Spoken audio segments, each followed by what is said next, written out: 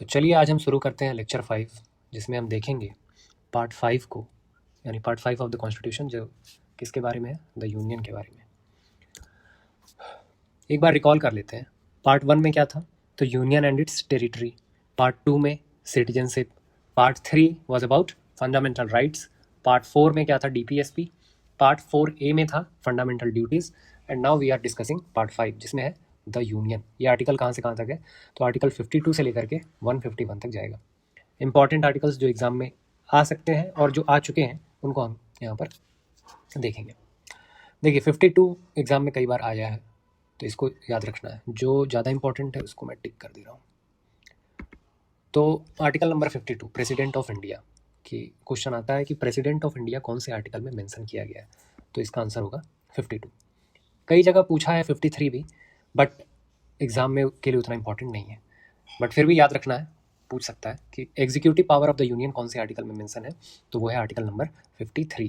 Executive power ध्यान रखेंगे, union का एक लेजिस्लेटिव पावर है जिसमें लॉ बनाता है, और एग्जीक्यूटिव पावर जिसमें लॉ को एग्जीक्यूट करता है। अपने ब्यूरोक्रेट्स जो आप लोग बनेंगे एग्जाम क्लियर करके, तो उनके हेल्प के साथ जो एग्जीक्यूशन होती है, तो वो एग्जीक्यूटिव पावर है। तो वो सब कहाँ पर मेंशन है, आर्टिकल नंबर 53। तो ध्यान में रखना है इसको भी। Article number 54, election of president. ये आर्टिकल तो पूछ सकता है, लेकिन ज़्यादा इंपॉर्टेंट इससे रिलेटेड क्वेश्चन है जो ये पूछा जाता है, कई बार पूछा भी है एग्जाम में, कि जो प्रेसिडेंट है उसको इलेक्ट करने के लिए एक इलेक्टोरल कॉलेज बनता है। यानी कि कौन कौन लोग हैं जो प्रेसिडेंट के इलेक्शन में पार्टिसिपेट कर सकते हैं, उसे कहते हैं इलेक्टोरल कॉलेज। तो इस प्रेसिडेंट का जो इलेक्टोरल कॉलेज है, इसमें कौन कौन से लोग आते हैं। पहला, elected members of both houses of parliament, यानी कि लोकसभा और राज्यसभा। लोकसभा और राज्यसभा के जो इलेक्टेड मेंबर्स हैं, ध्यान रखना है यहाँ पर ये टर्म इलेक्टेड, क्योंकि ऑप्शन में इसी से कंफ्यूज करेगा। जो हमारा पार्लियामेंट है, इसमें कुछ इलेक्टेड मेंबर्स होते हैं और कुछ होते हैं नॉमिनेटेड मेंबर्स।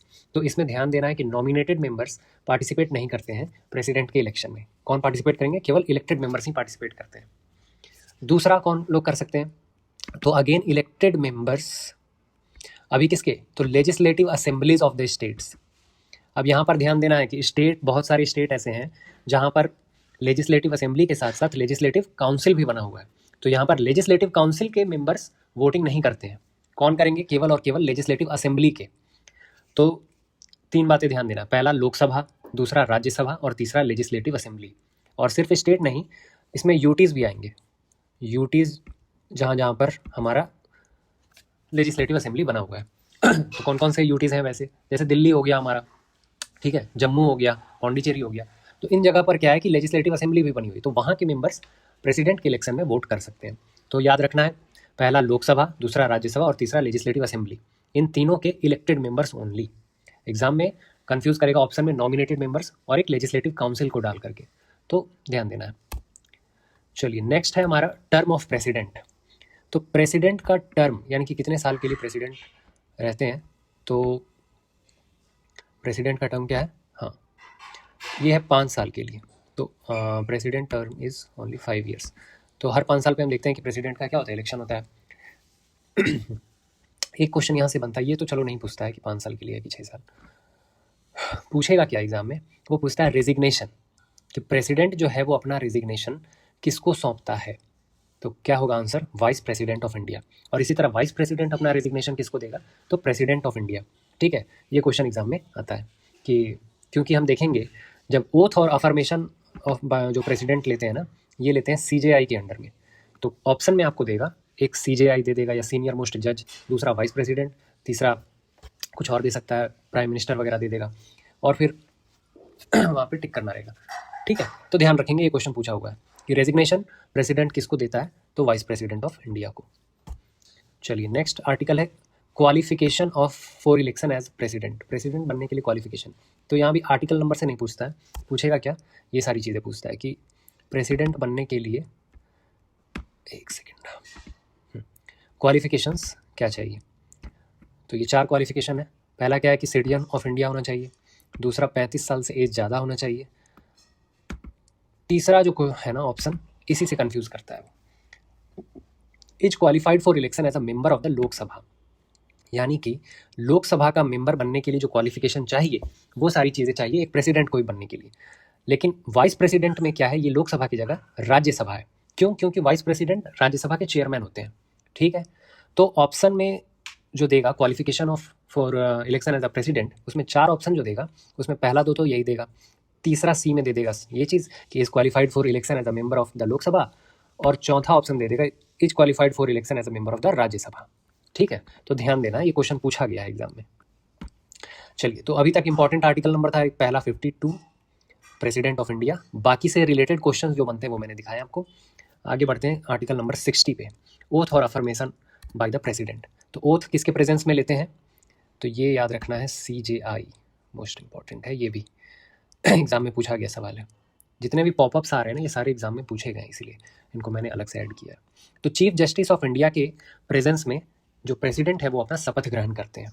ठीक है, और मान लो अगर chief justice of India present नहीं है तो फिर कौन आएगा, तो सीनियर मोस्ट जज of the supreme court, supreme court का जो भी अगला सीनियर मोस्ट जज है उसके प्रेजेंस में प्रेसिडेंट फिर अपना शपथ लेंगे। ठीक है, अगला जो VVI आर्टिकल नंबर है वो है 61। 61 आर्टिकल नंबर कई बार पूछा गया है कि जो इम्पीचमेंट ऑफ प्रेसिडेंट है, यानी कि प्रेसिडेंट को अगर हटाना है हमें तो उस पर एक महाभियोग चलाया जाता है जिसको कहते हैं इम्पीचमेंट। तो ये क्वेश्चन कई बार पूछा जा चुका है कि impeachment of the president is mentioned in which article, तो इट इज़ आर्टिकल नंबर 61। ठीक है, तो यहाँ पर 2 आर्टिकल इंपॉर्टेंट थे, बाकी से रिलेटेड क्वेश्चन आते हैं जो मैंने आपको समझाया। चलिए आगे देखते हैं।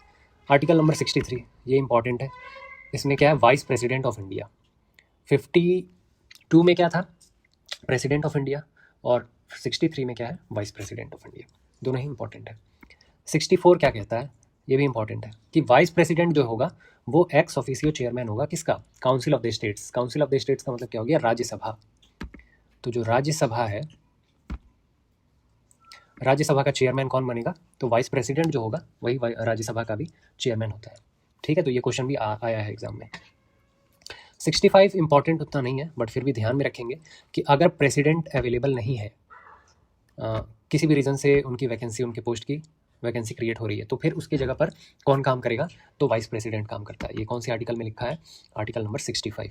ठीक है, तो आर्टिकल नंबर 65 इंपॉर्टेंट नहीं है, इंपॉर्टेंट है आर्टिकल नंबर 63 और 64। आगे देखते हैं वाइस प्रेसिडेंट से रिलेटेड कुछ फैक्ट्स जो पूछ सकते हैं एग्जाम में। क्वालिफिकेशन अभी मैंने पीछे बताया था प्रेसिडेंट का, उसमें भी क्या था, एक सिटीजन ऑफ इंडिया होना चाहिए, 35 ईयर्स का एज कंप्लीट करना चाहिए, और तीसरा क्या था कि is qualified for election as a member of Lok Sabha था वहाँ, और यहाँ क्या आ जाएगा, राज्यसभा। क्यों? क्योंकि राज्यसभा के चेयरमैन है वाइस प्रेसिडेंट, इसलिए इनको इनकी क्वालिफिकेशन में भी क्या लिखा गया है कि as a member of Rajya Sabha eligibility जो चाहिए वो यहाँ पर इनको भी फुलफिल करना है। और चौथा क्वालिफिकेशन क्या है कि should not hold any office of profit.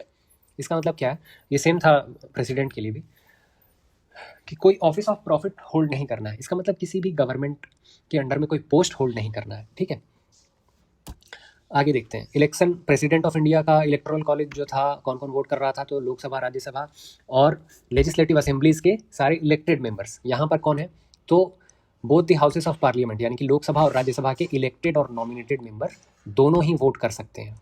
ठीक है, डिफरेंस यहाँ पर नजर आ रहा है। वहाँ पर था कौन, केवल इलेक्टेड मेंबर, किसके, तीनों के, लोकसभा, राज्यसभा और असेंबली, लेजिस्लेटिव असेंबलीज के। यहाँ पर कौन है, इलेक्टेड और नॉमिनेटेड दोनों, लेकिन किसके, केवल लोकसभा और राज्यसभा के। ऑब्जेक्टिव क्वेश्चंस यहाँ से बनते हैं, इसलिए मैंने हाईलाइट करा है, ध्यान देना। टर्म सेम है 5 ईयर्स। रेजिग्नेशन हमने वहाँ देखा था क्या, प्रेसिडेंट किसको एड्रेस करता है, वाइस प्रेसिडेंट को, और उसी तरह वाइस प्रेसिडेंट किसको अपना रेजिग्नेशन देगा, तो प्रेसिडेंट ऑफ इंडिया को। ऐसा क्वेश्चन आया हुआ है, तो ध्यान रखेंगे। ओथ, ओथ किसके सामने लेगा शपथ ग्रहण, कौन करवाएगा, तो प्रेसिडेंट ऑफ इंडिया, या फिर अगर वो नहीं है तो फिर प्रेसिडेंट जिसको भी अपॉइंट कर देगा अपनी जगह कि मेरे जगह भाई तुम चल जाओ, इसका शपथ ग्रहण करा दो, तो वो आदमी कराएगा। ठीक है, तो वहाँ पर ओथ कौन दिला रहा था प्रेसिडेंट को, चीफ जस्टिस ऑफ इंडिया, और वाइस प्रेसिडेंट को ओथ कौन दिलाएगा, तो प्रेसिडेंट ऑफ इंडिया। ठीक है, ये सब क्वेश्चंस आए हुए हैं। Article number 72, power of president to grant pardons. ये जो आर्टिकल नंबर 72 है, ये VVI है, एग्जाम्स में कई बार पूछा जा चुका है, तो इसको याद रखेंगे। Power of president to grant pardons, pardons का मतलब क्या होता है, क्षमा करना। तो प्रेसिडेंट के पास ये पावर है कि वो किसी को भी क्षमा याचना कर सकता है। अर्थात अगर कोर्ट ने किसी को सज़ा सुना दिया है तो उस चीज़ को या तो उस सज़ा को कम करना हो गया या पूरी तरह से ख़त्म करना हो गया, ये कौन कर सकता है? तो प्रेसिडेंट के पास ये पावर है कि उसको ग्रांट कर सकता है पार्डन। तो ये आर्टिकल नंबर 72 कई बार पूछा जाता है कि pardoning power of the president is given under which article, तो याद रखना है 72। नेक्स्ट है 74, council of ministers to aid and advise president. जो प्रेसिडेंट है हमारा वो क्या है? एग्जीक्यूटिव का हेड है, सबसे ऊपर में एग्जीक्यूटिव के यही आता है। अब एग्जीक्यूटिव का कोई भी काम जो है प्रेसिडेंट के बगैर साइन के होता नहीं है, तो प्रेसिडेंट क्या अपनी मर्जी से साइन कर सकता है? नहीं। तो प्रेसिडेंट किसके एडवाइस पर एक्ट करेगा? तो ये है काउंसिल ऑफ मिनिस्टर्स, जो इलेक्ट हो करके बनते हैं काउंसिल ऑफ मिनिस्टर्स, उनके एडवाइस पर ही एक्ट करना है किसको? प्रेसिडेंट को। ऐसा कौन से आर्टिकल में लिखा है? 74। इसलिए 74 नंबर बहुत इंपॉर्टेंट हो जाता है, एग्जाम में पूछा भी गया है कई बार। अगला जो इंपॉर्टेंट आर्टिकल है वो है 75। इसमें लिखा है कि प्राइम मिनिस्टर का जो अपॉइंटमेंट है वो उसको अपॉइंट कौन करता है? तो प्रेसिडेंट करता है, ठीक है। और प्राइम मिनिस्टर के ही कहने पर अदर मिनिस्टर्स, जो बाकी मिनिस्टर्स बनते हैं, उनको भी अपॉइंट करता है कौन? तो प्रेसिडेंट करता है, ठीक है। ये दोनों बातें 75 में कही गई, ये पूछा जा चुका है एग्जाम में। मोस्ट इंपॉर्टेंट आर्टिकल जो अगला है वो है 76। इसमें क्या है? Attorney general of India. तो ये सवाल भी कई बार आ चुका है एग्जाम में कि अटॉर्नी जनरल ऑफ इंडिया जो है हमारे, ये कौन से आर्टिकल में वर्णित है? तो अटॉर्नी जनरल ऑफ इंडिया से जो इम्पोर्टेंट क्वेश्चंस बनते हैं वो इन पॉइंट्स पर बनते हैं। पहला कि हाईएस्ट लीगल ऑफिसर कौन है? तो अटॉर्नी जनरल ऑफ इंडिया होता है। अभी प्रेजेंट में कौन है हमारा? तो आर वेंकट रमनी, ये हमारे प्रेजेंट में अटॉर्नी जनरल ऑफ इंडिया है। तो अटॉर्नी जनरल ऑफ इंडिया से रिलेटेड क्वेश्चंस में दिया जाएगा कि इसमें कौन सा कथन सत्य नहीं है, विच of the following is not true about attorney general of India, और इस तरीके के 4-5 पॉइंट देंगे, 4 पॉइंट, उसमें से आपको पता करना है। तो पहला याद रखना है कि हाईएस्ट लीगल ऑफिसर होता है, यूनियन एग्जीक्यूटिव का भी एक पार्ट होता है कौन? तो attorney general of India. Appoint कौन करता है इसको? तो प्रेसिडेंट ही अपॉइंट करता है। ज़्यादातर अपॉइंटमेंट्स कौन करेगा? तो प्रेसिडेंट करेगा, ठीक है। सबसे ऊपर यही है तो अपॉइंट ऑब्वियस बात है यही करेगा। क्वालिफिकेशन क्या चाहिए अटॉर्नी जनरल ऑफ इंडिया बनने के लिए? तो एक सुप्रीम कोर्ट का जज बनने के लिए जो भी क्वालिफिकेशन चाहिए होता है वही चीज़ें क्या है? अटॉर्नी जनरल ऑफ इंडिया के लिए भी है, ठीक है। अटॉर्नी जनरल ऑफ इंडिया को पावर है क्या? कि ये पार्लियामेंट के किसी भी हाउस में, यानी कि लोकसभा या राज्यसभा, किसी में भी जा कर के पार्टिसिपेट कर सकता है, वहाँ पर बहस कर सकता है, ठीक है, बोल सकता है, लेकिन वहाँ पर किसी भी चीज़ में वोट नहीं कर सकता है। वोटिंग का अधिकार नहीं है इसको। क्यों? क्योंकि इसको जनता ने चुनकर नहीं भेजा है। जनता ने जिसको चुन करके भेजा यानी कि एमपीज को भेजा है, तो वो ही वोट कर सकते हैं किसी भी मुद्दे पर। ये तो अपॉइंटेड है ना प्रेसिडेंट के द्वारा, तो इसको राइट टू वोट इसलिए नहीं दिया गया। अच्छा, अगला पॉइंट क्या याद रखना है? कि इसको गवर्नमेंट सर्वेंट कंसीडर नहीं किया जाता। ये भी एग्जाम में क्वेश्चन आता है। मतलब उसी तरीके से आपको 4 पॉइंट देगा कि which of the following is not true, तो ये एक पॉइंट दे देगा कि he is not considered as a government servant. अब लगेगा कि ये तो गवर्नमेंट सर्वेंट ही है, तो आप इसको मार दोगे, बट ये रॉन्ग है, ठीक है। उसको गवर्नमेंट सर्वेंट कंसीडर नहीं किया जाता है, ठीक है। इसीलिए उसको आज़ादी है। क्या चीज़ की आज़ादी है? कि वो प्राइवेटली प्रैक्टिस भी कर सकता है, किसी का केस लड़ सकता है वो प्राइवेटली भी, ठीक है। तो ये भी ऑप्शन में देकर के कंफ्यूज करता है। तो ये सारे पॉइंट्स जो है इंपॉर्टेंट है, इसको ध्यान में रखना है, ठीक है। चलिए आगे बढ़ते हैं। Article number 78। 78 क्या कहता है? कि ये प्राइम मिनिस्टर का ड्यूटी है। क्या है ड्यूटी भाई? कि किसी भी मुद्दे पर कोई भी इंफॉर्मेशन अगर डिमांड कर रहा है प्रेसिडेंट, तो उसको पहुंचाने का किसका जिम्मेदारी है? प्राइम मिनिस्टर का, ठीक है। तो duty of prime minister as respects the furnishing of information to the president, ये क्वेश्चन भी पूछता है, इसलिए इसको ध्यान में रखेंगे। चलिए आगे बढ़ते हैं। 79 कॉन्स्टिट्यूशन ऑफ पार्लियामेंट, ये क्वेश्चन भी आया हुआ है, ठीक है, कि पार्लियामेंट कॉन्स्टिट्यूट करना है, ये कौन से आर्टिकल में दिया गया। देखो पार्लियामेंट का मतलब क्या है, उसमें कौन कौन से आता है। एक सवाल यहाँ से भी बनता है कि which of the following is not a part of the parliament या not a constituent of parliament. तो पार्लियामेंट के 3 पार्ट हैं। पहला है लोकसभा, ठीक, दूसरा है राज्यसभा। अब ये दोनों यहाँ तक तो सही लगता है, हर किसी को पता है पार्लियामेंट का मतलब लोकसभा राज्यसभा, लेकिन एक तीसरा कॉन्स्टिट्यूएंट भी है जो कि है प्रेसिडेंट, और यहीं से कन्फ्यूज़न होता है और यहीं पे क्वेश्चन बनता है। इसलिए इसको याद रखना है कि पार्लियामेंट के कितने पार्ट हो जाएंगे? 3, लोकसभा, राज्यसभा और प्रेसिडेंट। अब देखो सीधी सी बात है ना, कोई भी अगर लॉ या कोई भी एक्ट पास करना है तो सबसे पहले कहाँ आएगा? लोकसभा में आता है। लोकसभा में एक्ट आ गया, यहाँ से पास होने के बाद वो कहाँ जाएगा? राज्यसभा में जाएगा। राज्यसभा में भी डिबेट होगा, वोटिंग होगा, यहाँ से फिर पास होने के बाद कहाँ जाएगा? तो प्रेसिडेंट के पास जाता है। और प्रेसिडेंट का जब अप्रूवल मिलता है, प्रेसिडेंट जब साइन कर देता है, तभी वो बिल जो है एक्ट में कन्वर्ट होता है, ठीक है। तो क्या दिख रहा है कि एक बिल को एक्ट बनने के लिए 3 जगह से पास होना है ना, लोकसभा, राज्यसभा और प्रेसिडेंट। इसीलिए पार्लियामेंट का कितने कॉन्स्टिट्यूएंट है, कितने पार्ट हैं, तो 3 पार्ट है। ठीक है, यहाँ से क्वेश्चन बनता है, इसलिए याद रखेंगे। ठीक है। अगला है आर्टिकल नंबर 80। 80 में क्या दिया, composition of the council of states. Council of states का मतलब क्या हो गया, इसका मतलब होता है राज्यसभा, यानी कि राज्यसभा बनाना है। ये कौन से आर्टिकल में दे रखा है, तो आर्टिकल नंबर 80। उसी तरह लोकसभा के लिए है आर्टिकल नंबर 81। तो ये दोनों चीज़ याद रखना है। ठीक है, पार्लियामेंट किस में दे रखा है, 79 में, राज्यसभा 80 में, और फिर लोकसभा हमारा 81 में। चलो आगे बढ़ते हैं। ये 92 93 उतना इंपॉर्टेंट तो नहीं है, मगर फिर भी अगर याद रख सको तो रखना, पूछ सकता है कहीं कि चेयरमैन और डिप्टी चेयरमैन, जैसे जो राज्यसभा है उसमें क्या होता है, एक चेयरमैन होता है ना, और वो मान लो एब्सेंट है तो फिर उसकी जगह लेने के लिए एक डिप्टी चेयरमैन भी होता है। तो ये किस चीज़ में, कौन से आर्टिकल में है, तो 92। Speaker deputy speaker article number हमारा 93, उतना इंपॉर्टेंट नहीं है 92 और 3। 103 ये है इंपॉर्टेंट क्वेश्चन, यहाँ से बनता है कि decision on question as to disqualification of member. कोई भी मेंबर पार्लियामेंट का डिस्क्वालीफाई होगा या नहीं होगा, इसको डिसाइड कौन करता है, यही क्वेश्चन पूछा जाता है। कौन डिसाइड करेगा, पहला ऑप्शन रहेगा स्पीकर, प्राइम मिनिस्टर, या फिर कोई और मिनिस्टर का नाम दे देगा, और फिर एक 4th नंबर रहेगा प्रेसिडेंट। तो ऑप्शन क्या आएगा इसका, प्रेसिडेंट हो जाएगा सही आंसर। ठीक है, तो लेकिन यहाँ पर ध्यान देना है कि 10th शेड्यूल के अंडर एंटी डिफेक्शन लॉ वहाँ पर दिया गया, यानी जब दल बदल करके एक पार्टी से एक अलायंस को छोड़ करके दूसरे अलायंस, मतलब एक गठबंधन में था दूसरे गठबंधन में जब जाता है, तो वहाँ पर उस केस में डिसीजन कौन लेता है डिस्क्वालिफिकेशन का, तो उस समय लेता है स्पीकर, ठीक है, या चेयरमैन लेगा। लेकिन बाकी चीज़ों में डिस्क्वालिफिकेशन का जो एलिजिबिलिटी है वो कौन देखता है, प्रेसिडेंट देखता है। और ये प्रेसिडेंट अपनी मर्जी से नहीं देखेगा, इसको कंसल्ट करना रहेगा किससे, तो इलेक्शन कमीशन से। तो इलेक्शन कमीशन से ये कंसल्ट करके बताता है कि जो कोई भी मेंबर है वो डिस्क्वालीफाई होगा या नहीं होगा। ठीक है, तो डिस्क्वालिफिकेशन पे 2 क्वेश्चन आते हैं, एक स्पीकर भी करता है डिसाइड और एक करता है प्रेसिडेंट। प्रेसिडेंट बाकी के केसेस में करेगा, स्पीकर केवल उस केस में कर सकता है जो कि anti defection law 10th schedule में आता है। ठीक है, आगे बढ़ते हैं। आर्टिकल नंबर 105 इंपॉर्टेंट है ये भी। इसमें क्या लिखा है, तो जो मेंबर ऑफ पार्लियामेंट है, तो जो मेंबर ऑफ पार्लियामेंट है उनको क्या क्या पावर्स, क्या क्या प्रिविलेजेस मिलता है, वो कौन से आर्टिकल में है, आर्टिकल नंबर 105, इसलिए पूछा जाता है। बहुत ज़्यादा इंपॉर्टेंट नहीं है, मेन 103 यहाँ पर याद रखना था। और अगला जो सबसे इंपॉर्टेंट है वो है joint sitting of the both houses, यानी कि लोकसभा और राज्यसभा दोनों हाउस को एक ही साथ बुला करके एक सीटिंग कराया जाता है, उसको कहते हैं जॉइंट सीटिंग। तो दोनों हाउसेस के लोग एमपीज जब एक साथ बैठेंगे तो जॉइंट सीटिंग कहलाएगा। ये जॉइंट सीटिंग आर्टिकल नंबर 108 में है। ये इंपॉर्टेंट है यार काफ़ी। ठीक है, ये एक इम्पॉर्टेंट सवाल कई बार पूछा भी है।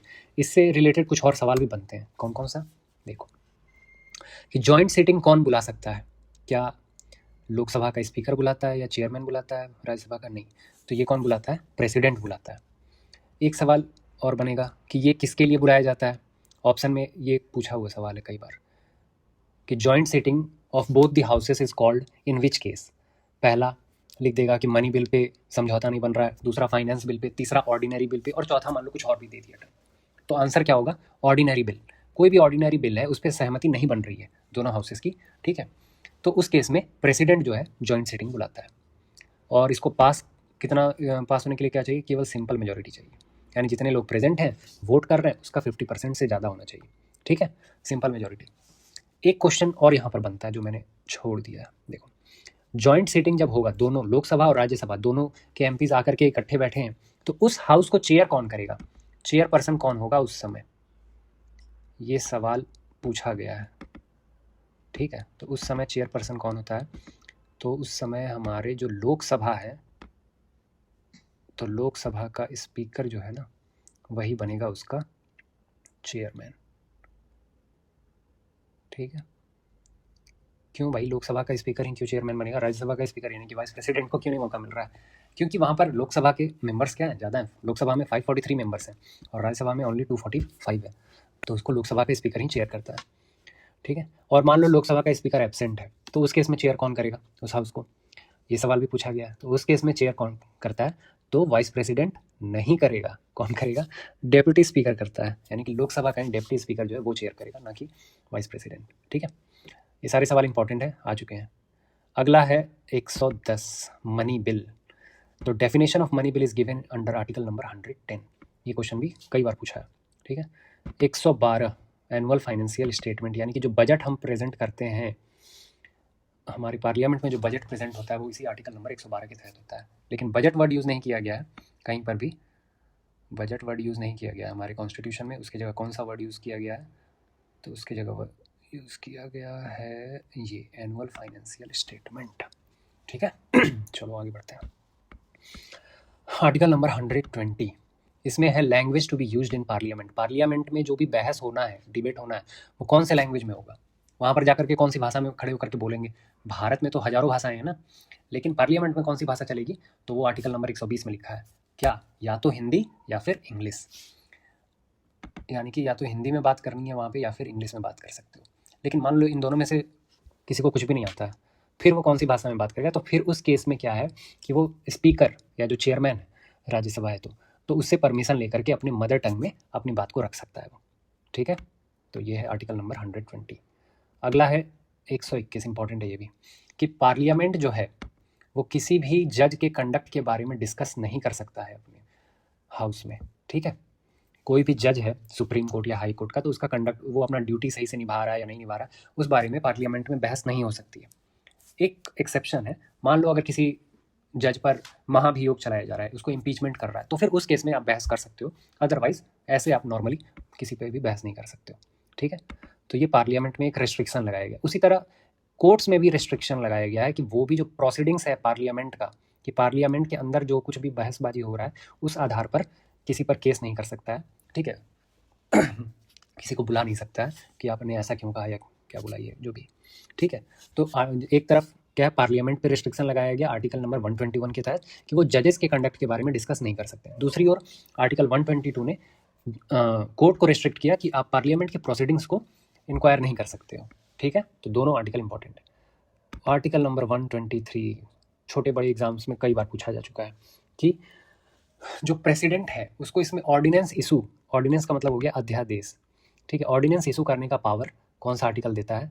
तो ये है आर्टिकल नंबर 123। जब मान लो पार्लियामेंट का जो हाउस है वो रिसेस में है, यानी कि अभी चल नहीं रहा है पार्लियामेंट, ठीक है, बंद पड़ा है, तो उस केस में कुछ लॉ लाना है, कुछ बिल पास करना है, तो फिर वो कैसे होगा? कुछ भी लॉ लाएंगे कैसे?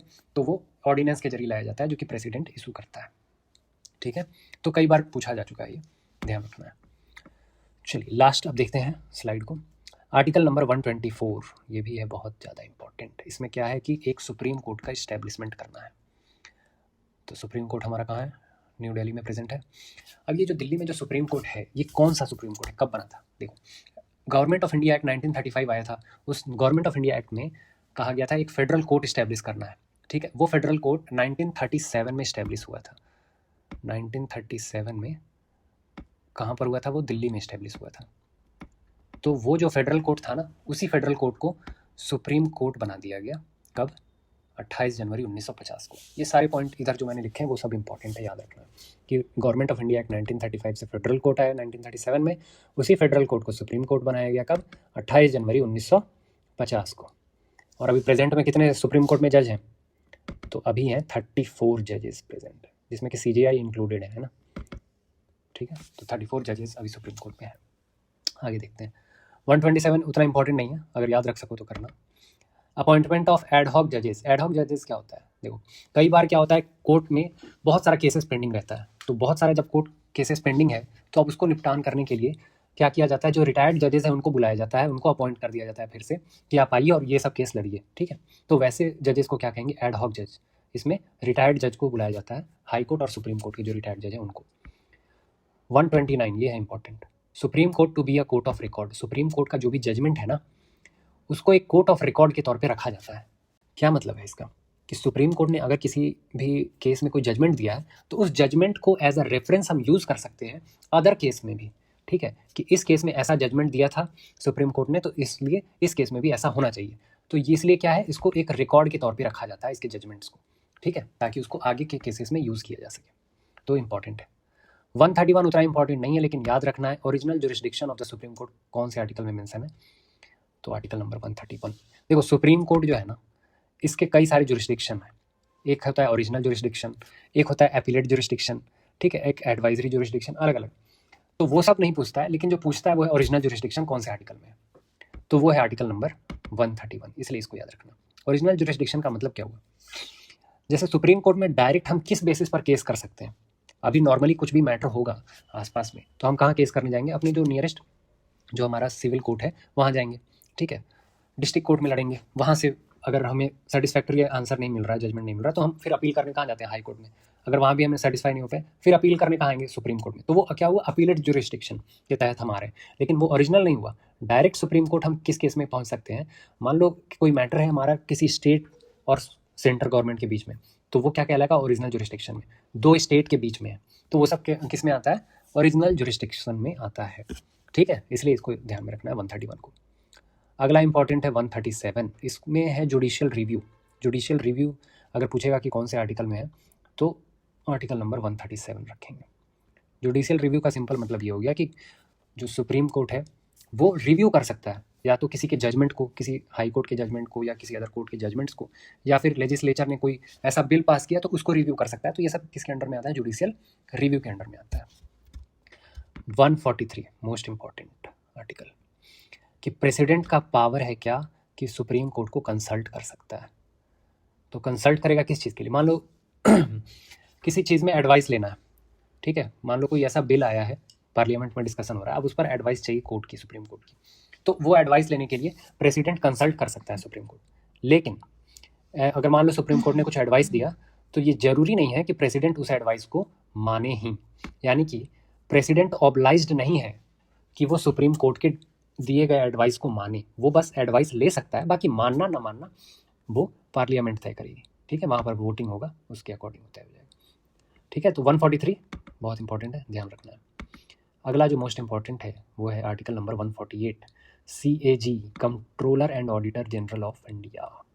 ये सवाल भी कई बार पूछा गया है। तो जो बॉक्स मैंने 3 बनाए हैं यहाँ पर 124, 143 और 148, ये तीनों तो एकदम याद रखना ही है किसी भी हालत में, ठीक है। तो CAG यानी controller and auditor general of India, ये कौन होता है, तो जो भी हमारा गवर्नमेंट एक्सपेंडिचर करती है, खर्च कर रहा है, तो उसको ऑडिट कौन करता है, तो CAG करता है, ठीक है। तो ये हमारा CAG किसको किसको ऑडिट करता है, सेंट्रल गवर्नमेंट के सारे खर्चों को भी ऑडिट करता है, और इसके साथ साथ स्टेट गवर्नमेंट के भी सारे खर्चों को ऑडिट करता है, ठीक है। और फिर ये प्रेजेंट किसको करेगा, तो प्रेसिडेंट को देगा, और फिर प्रेसिडेंट इसको पार्लियामेंट में प्रेजेंट करता है। तो ये सारे इंपॉर्टेंट आर्टिकल्स थे पार्ट 5 के। मिलते हैं नेक्स्ट वीडियो में, जहाँ पर हम लोग पार्ट 6 को डिस्कस करेंगे। चलिए, धन्यवाद।